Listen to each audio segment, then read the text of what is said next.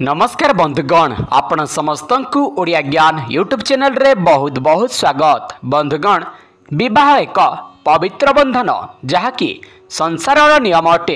यह बंधन रे बांधि हेबा परे प्रत्येकटी दंपति निज कुल पूरण करने एक उत्तम संतानर कामना करिथांती।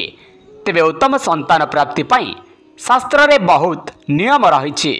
क्यों तिथि और क्यों नक्षत्र एवं क्यों शुभबार रे सहवास करने द्वारा औरसरु जात होइतिबा संतान बहुत ज्ञानवान, गुणवान, बुद्धिमान, दीर्घायु होता है। तेबे आसंतु ए वीडियो रे संपूर्ण भाव में जानिबा। तेणु आपण माने वीडियोटी को बिना स्किप करी शेष पर्यंत देखंतु एवं आम चैनल रे प्रथम थर वीडियो देखुथिले निश्चित भाव में सब्सक्राइब करिकि रखंतु। जो दंपति संतान प्राप्ति पाई आशा करिथांती सेमाने केबे भी दिन रे सहवास करंतु नाही, कारण सूर्यंक थिबा समय रे जदि संतान कामना करी सहवास करा जाए तेबे से समय औरसरु जात होइतिबा संतान विकलांग होई जन्म ग्रहण करिथाए।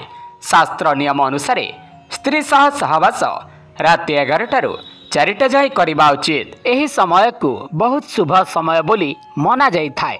अमावास्या, षष्ठी, नवमी और चतुर्दशी तिथि रे आदौ सहवास करंतु नाही, कारण एही समय रे जन्म होइतिबा संतान कुसंतान होता है। रविवार, मंगलवार और शनिवार एही दिन मानकरे संतान कामना करी स्त्री सह सहवास करिबा निवारण अटे। माँ बापांकर श्राद्ध दिन मध्य सहवास करंतु नाही।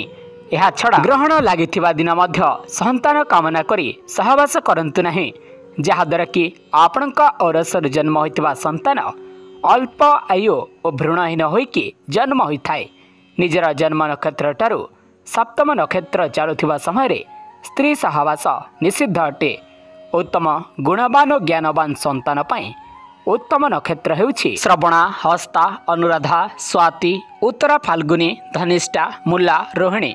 एही सब नक्षत्र चालुथिबा समय जो माने संतान कामना करी स्त्री सह सहवास करती तांका औरसरु जात होइतिबा संतान बहुत भाग्यशाली, ज्ञानवान, परोपकारी एवं जगत कल्याणकारी होता है। यह वीडियो जदि आपण मैंने किसी नुआ जिनिस शिखिबाकु पाइथिबे ताहले आपण मैंने आम चैनल को निश्चित भाव में सब्सक्राइब करके रखंतु। आज वीडियो एतिकी। वीडियो देखिथिबार धन्यवाद। नमस्कार।